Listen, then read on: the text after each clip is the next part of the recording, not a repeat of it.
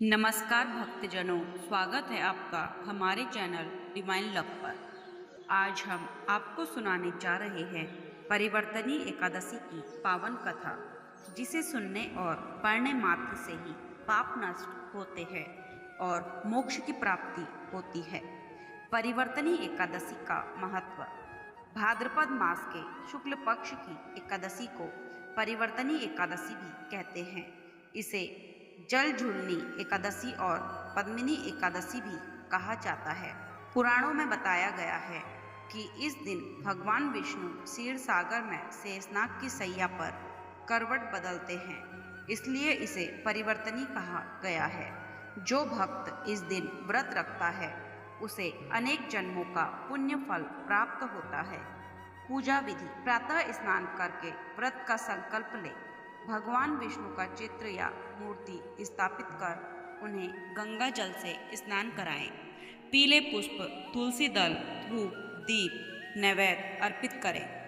विष्णु सहस्त्र नाम, गीता पाठ या एकादशी कथा का श्रवण करें। दिन भर उपवास रखकर रात्रि में जागरण करना सर्वोत्तम माना गया है। द्वादशी के दिन व्रत का पारण कर ब्राह्मण को दान दे। परिवर्तनी एकादशी व्रत कथा। युधिष्ठिर कहने लगे कि हे भगवान, भाद्रपद शुक्ल एकादशी का क्या नाम है, इसकी विधि तथा इसका महात्म्य कृपा करके कहिए। तब भगवान श्री कृष्ण कहने लगे कि इस पुण्य, स्वर्ग और मोक्ष को देने वाली तथा सब पापों का नाश करने वाली उत्तम वामन एकादशी का महात्म्य मैं तुमसे कहता हूँ। तुम ध्यानपूर्वक सुनो। यह परिवर्तनी एकादशी जयंती एकादश कहलाती है। इसका यज्ञ करने से वाजपेय यज्ञ का फल मिलता है। पापियों के पाप नाश करने के लिए इससे बढ़कर कोई उपाय नहीं। जो मनुष्य इस एकादशी के दिन मेरी वामन रूप की पूजा करता है उससे तीनों लोग पूज्य होते हैं।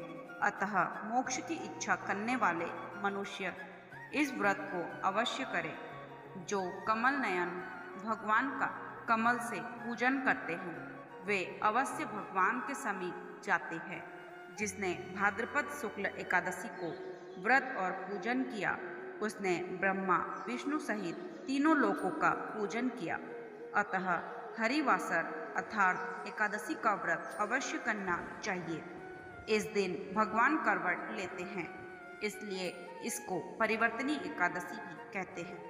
भगवान के वचन सुनकर युधिष्ठिर बोले कि भगवान, मुझे अति संदेह हो रहा है कि आप किस प्रकार सोते और करवट लेते हैं तथा किस तरह राजा बलि को बाधा और वामन रूप रखकर क्या क्या लीलाएं, चतुर्मास के व्रत की क्या विधि है तथा आपके शयन करने पर मनुष्य का क्या कर्तव्य है, सो आप मुझसे विस्तार से बताइए।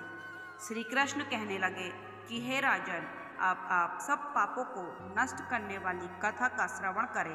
त्रेता युग में बलि नामक एक दैत्य था। वह मेरा परम भक्त था। विविध प्रकार से वेद सूक्तों से मेरा पूजन किया करता था और नित्य ही ब्राह्मणों का पूजन तथा यज्ञ के आयोजन करता था।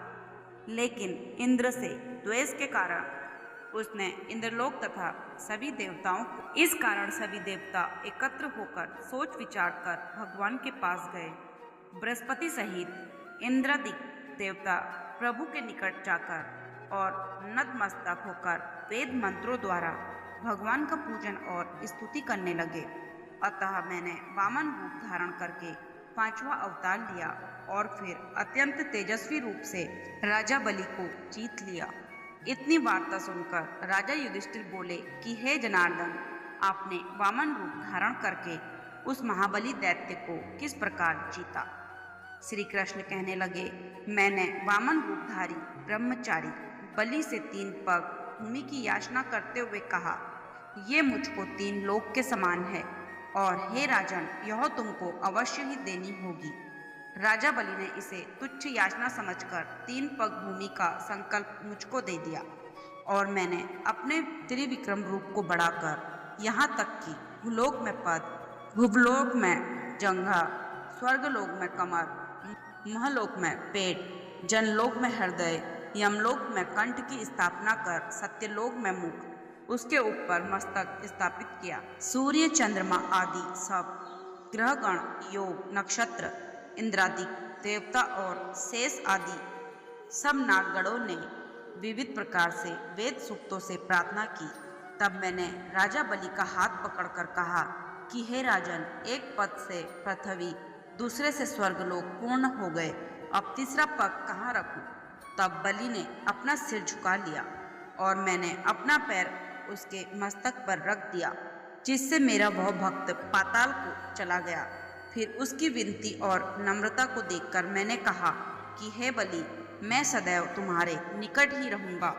विरोचन पुत्र बलि से कहने पर भाद्रपद शुक्ल एकादशी के दिन बलि के आश्रम पर मेरी मूर्ति स्थापित हुई।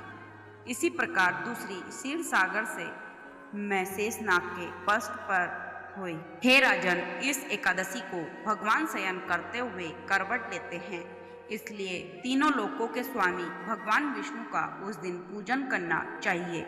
इस दिन तांबा, चांदी, चावल और दही का दान करना उचित है।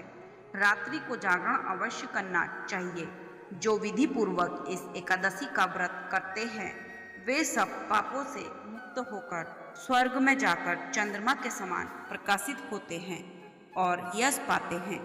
जो पापनाशक इस कथा को पढ़ते या सुनते हैं उनको 1000 अश्वमेध यज्ञ का फल प्राप्त होता है। तो भक्तजनों, यह थी परिवर्तनी एकादशी व्रत कथा। आशा है कि इस कथा को सुनने से आपके हृदय में श्रद्धा जागृत होगी और भगवान विष्णु की कृपा सदैव बनी रहेगी। अगर आपको यह कथा पसंद आई हो तो कृपया वीडियो को लाइक करें, शेयर करें और चैनल को सब्सक्राइब करें। बोलिए हरि विष्णु भगवान की जय।